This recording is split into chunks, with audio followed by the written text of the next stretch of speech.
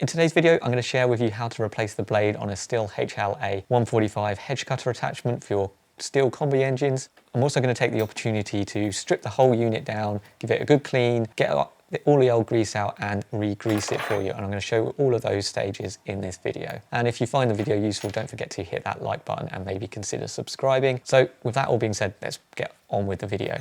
The first part is, of course, to start taking it apart. I'm starting with the blade, but in theory you could start at the gearbox end, whichever makes more sense to you. But I'm just using a socket on the nut up the back and the standard Stihl multi-tool on the bolt itself. Whilst I'm doing this, I also like to try and keep everything together. Obviously, it makes it easier to put it back again. It's good to take photos of these processes and how things were laid out. So we're going to work our way along here and get all of these bolts done. So now we're just going to take off the base of the gearbox, just 4 screws. As you can see, that grease has got pretty horrible in there, and we'll be clearing that all out and replacing it. Just pop out the little plastic cap, and then there's 1 more screw at the front of the gearbox and 2 more screws at the back, which hold the back of the blades in place. To access the nuts on the backmost screws, you have to take the black plastic housing off the top of the gearbox. There's 2 screws on here. One is the grease port, which we'll use later on, and just another screw. Once these come off, you can see the corresponding nuts for the bolts in the gearbox. You could, in theory, just loosen them off,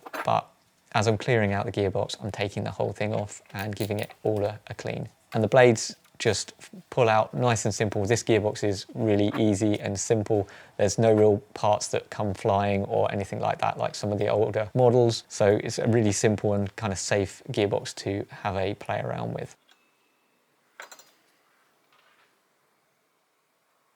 I'm going to peel off the gasket. I'm going to give that a good clean as well, and I'm just going to wipe off as much of the old grease and gunk as possible. Just makes it easier later on when it comes to degreasing it. Just means there's less work for the degreaser to do. Get as much as you can off, and in theory at this point you could just put a new blade on and it would be absolutely fine, but I'm going to go a little bit further and clean it down as best as I can. So I'm just going to spray the degreaser on everything and let that sit and do its job for a bit, and scrub all of the little components, sand off any bits that have gone corroded or anything like that, and get it all nice and clean, ready to be put back together.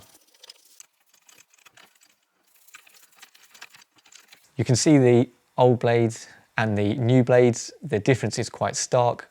The old blades were quite old and they'd become quite thin and quite bent as well, so they were just not working how I want them. So it was time to get a new set. They don't last forever, and it is something you need to do. It's important at this point to make sure all the washers are in place. Make sure they're on, then place the blades on top of those washers and slot the blades into the gearbox. Very simple to do. And we're just going to tighten up those rear bolts. At this point, you want to make sure that they are tight, but not too tight. Obviously, the blades want to move, so you don't want to be tightening them so they're too tight, but you don't want them to be coming loose. I'll flash on screen a torque figure for the screws.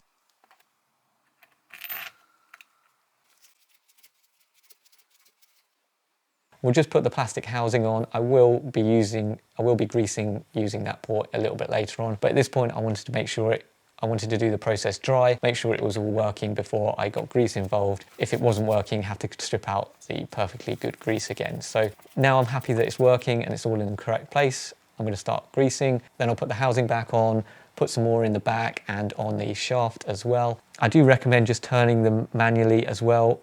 Obviously it helps to get the grease spread around the blade, but obviously if there is any issues, you're going to find it before you put on a motor, which could potentially damage the gearbox with a torque, or worse, damage the motor unit, and that's obviously going to be expensive. In this case, it came together really nicely, and the blades and the unit is now running as good as the day it was made, so I'm really pleased with that. I hope that you found the video useful. If you do have any questions about the process, do drop them in the comments section and I'll get back to you as quickly as I can. There will be links to the products I used, and if you do like these videos, don't forget to hit that like button and maybe consider subscribing for more videos like this. That just leaves me to say thanks again for watching. Bye for now.